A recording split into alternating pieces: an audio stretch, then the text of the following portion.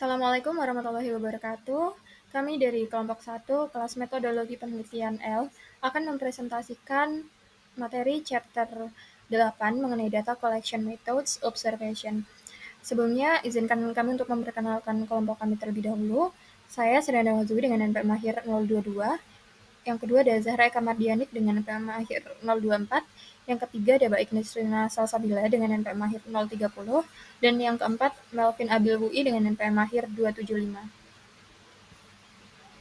Yang pertama yaitu introduction atau perkenalan. Jadi di chapter ini dimulai dengan definisi observasi, diikuti dengan tinjauan umum metode observasi yang dibedakan berdasarkan 4 dimensi dasar, kontrol, keanggotaan kelompok, struktur, dan penyembunyian. Selanjutnya kita akan mengkaji 2 metode observasi penting, observasi partisipan dan observasi terstruktur. Secara lebih rincinya nanti akan dibahas di slide-slide berikutnya. Selanjutnya yaitu definition and purpose of observation, yaitu pengertian dan tujuan observasi.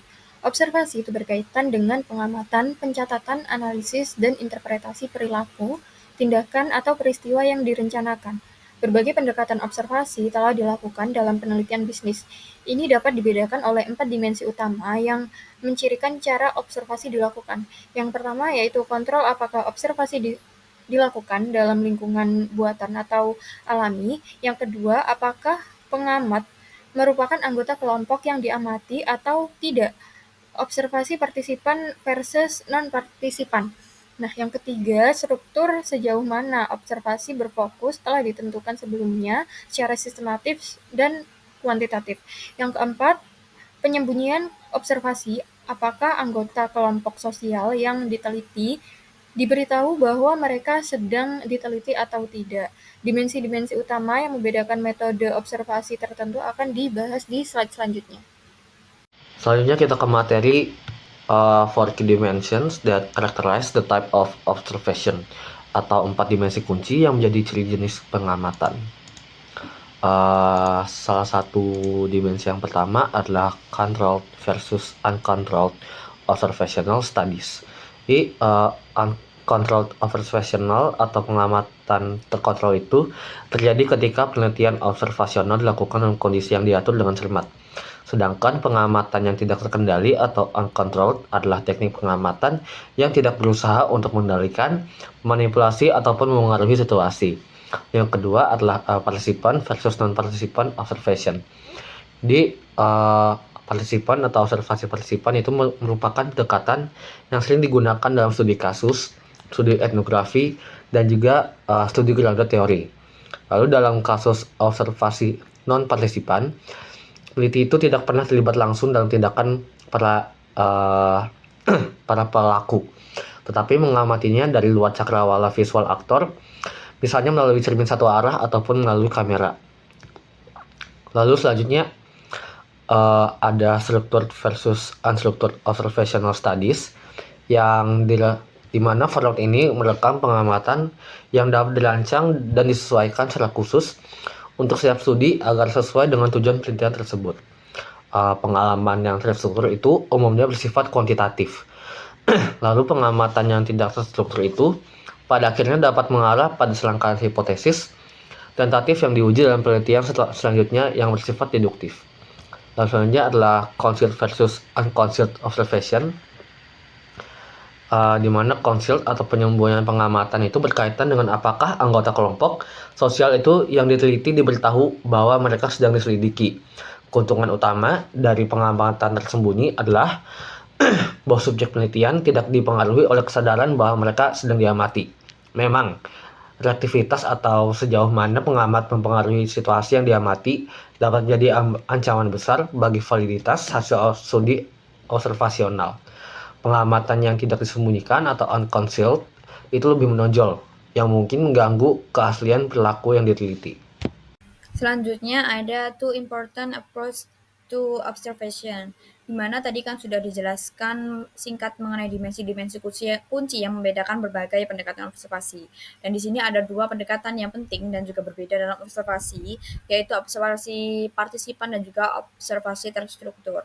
Nah, yang pertama ini ada observasi partisipan bagian pendahuluan. di mana bab ini itu menjelaskan bahwa peneliti dapat memainkan salah satu dari dua peran saat mengumpulkan data observasi, baik itu sebagai pengamat non-partisipan ataupun pengamat partisipan. Nah, karakteristik dari observasi partisipan ini adalah itu peneliti mengumpulkan data dengan berpartisipasi dalam kehidupan sehari-hari kelompok ataupun organisasi yang diteliti. Hal tersebut itu memungkinkan peneliti untuk mempelajari aktivitas kelompok yang diteliti dalam suasana alami dan juga sudut pandang orang yang melalui pengamatan dan juga partisipan dalam aktivitas tersebut. Lalu yang kedua itu ada aspek partisipatif dari observasi partisipan. Nah, observasi partisipan itu menggabungkan antara proses partisipan dan juga observasi. Dengan demikian, observasi partisipan itu harus dibedakan dari observasi murni dan juga partisipasi murni seperti yang disampaikan oleh Bernard 1994, di mana observasi murni itu berusaha untuk memisahkan peneliti dari tindakan dan perilaku yang diamati. Peneliti itu juga tidak pernah terlibat langsung dalam tindakan dan juga perilaku kelompok yang diteliti. Menurut George Jensen 1989 dan juga DeWalt 2022, partisipan murni itu telah digambarkan sebagai menjadi asli, peneliti menjadi begitu terlibat dengan kelompok yang diteliti sehingga pada akhirnya semua objektivitas dan juga minat penelitian itu hilang. Nah, ciri khas dari observasi partisipan ini adalah peneliti itu berpartisipasi dalam kelompok sosial yang diteliti. Sebagaimana telah dijelaskan tadi, pada bab ini tuh peneliti dapat berpartisipasi dalam berbagai tingkatan. Tingkat partisipan tertinggi itu terjadi dengan partisipasi penuh, dan dalam hal ini peneliti tinggal atau bekerja dengan subjek yang diteliti dan juga cenderung mengambil peran yang telah ditentukan sebelumnya. Dan dalam partisipasi penuh itu peneliti dapat menyembunyikan bahwa ia itu adalah seorang pengamat dan berperilaku sealami mungkin dan berusaha untuk menjadi anggota kelompok sosial yang diterima. Selanjutnya ada aspek observasi dari observasi partisipan. Nah, saat berpartisipasi ini peneliti itu harus mengamati dan juga mencatat pada tahap selanjutnya untuk menganalisis perilaku, tindakan, interaksi, peristiwa, dan juga sebagainya. Memulai observasi partisipan dan menjadi bagian dari suatu kelompok sosial itu bukan tanpa kesulitan, tapi terdapat beberapa hal yang harus dipertimbangkan, seperti lokasi, terus mendapatkan izin, memilih informan kunci, dan juga membiasakan diri dengan latar penelitian. Dalam sebagian besar studi observasi, akses itu dimulai dengan mendapatkan izin untuk melakukan penelitian dari orang-orang yang berkedudukan tinggi dalam organisasi, sebaiknya dari manajemen puncak. Dan untuk mendapatkan izin itu untuk penting juga untuk menjelaskan tentang tujuan penelitian dengan seksama. Dan jika tujuan penelitian itu dipahami, kita tuh pada akhirnya akan mendapatkan izin untuk melaksanakan proyek penelitian tersebut. Nah, dalam mendapatkan izin ini juga itu langkah pertama dalam melakukan observasi itu setelahnya adalah menjadi anggota kelompok sosial yang diterima dalam penelitian. Banyak etnografi yang telah memperhatikan bahwa beberapa anggota kelompok sosial yang diteliti itu lebih terbuka dan lebih mungkin mendekati peneliti di awal penelitian di lapangan dibandingkan yang lainnya. Aspek penting dari observasi partisipan itu adalah membangun hubungan baik, di mana membangun hubungan baik itu melibatkan pembentukan hubungan yang saling percaya dengan kelompok sosial yang diteliti, dengan menunjukkan rasa hormat, jujur, dan juga berkomitmen terhadap kesejahteraan kelompok ataupun masing-masing anggota kelompok, sehingga mereka itu merasa aman dalam berbagi informasi. Nah, selanjutnya ada what's to observe atau apa yang harus diperhatikan. Dalam masalah potensial dalam studi observasional itu adalah kewalahan oleh banyaknya data yang seringkali terputus-putus. Karena alasan tersebut itu peneliti harus berusaha mempertahankan fokus tertentu selama berbagai tahap proses observasi. Dan secara umum, faktor terpenting dalam menentukan apa yang akan diamati adalah tujuan atau maksud studi. Tetapi perlu diketahui di mana kita itu harus memulai pengamatan itu bergantung pada pertanyaan penelitian. Tetapi di mana itu memfokuskan atau menghentikan tindakan yang tidak dapat ditentukan sebelumnya. Menurut Warner dan juga Scopel, tahun 1987, dalam mengidentifikasi itu terdapat 3 proses berurutan dalam observasi yang dapat memberikan pemahaman, yaitu yang pertama itu observasi deskriptif, kedua itu observasi terfokus, dan juga yang ketiga itu ada observasi selektif. Selanjutnya yaitu pengantar observasi terstruktur. Observasi terstruktur itu bersifat terfokus karena mengamati fenomena yang telah ditentukan sebelumnya secara selektif. Fokus observasi terstruktur dipecah menjadi potongan-potongan informasi kecil yang mudah dikelola, seperti informasi tentang perilaku, tindakan interaksi, atau peristiwa. Nah, terdapat berbagai tingkat struktur dalam observasi terstruktur. Misalnya, peneliti mungkin telah menentukan kategori observasi dengan cara yang cukup presisi dan saling eksklusif sebelumnya, atau memulai dengan rencana terperinci tentang apa yang akan diamati dan bagaimana, tetapi mengumpulkan data dengan cara yang kurang sistematis atau telah ditentukan sebelumnya. Nah, contoh penggunaan observasi terstruktur dalam pemasaran adalah penggunaan mystery shopper. Peneliti terlatih yang secara akurat mencatat perilaku karyawan menggunakan daftar periksa dan kode untuk mengumpulkan informasi spesifik tentang kinerja layanan. Penyedia layanan seperti jaringan restoran cepat saji menggunakan jenis observasi khusus ini untuk memantau kualitas layanan mereka. Pengamatan terstruktur juga dapat dilakukan untuk menghasilkan data numerik untuk menguji hipotesis. Selanjutnya itu penggunaan skema pengodean dalam observasi struktur. Skema pengodean berisi kategori yang telah ditentukan sebelumnya untuk mencatat apa yang diamati. Skema semacam itu hadir dalam berbagai bentuk, beberapa di antaranya sangat sederhana. Skema ini hanya memungkinkan peneliti untuk mencatat apakah suatu peristiwa tertentu telah terjadi atau tidak. Jenis skema pengodean yang dapat digunakan bergantung pada informasi yang ingin dikumpulkan. Terdapat beberapa pertimbangan berikut yang harus diperhatikan berkenaan dengan pembangunan skema pengodean.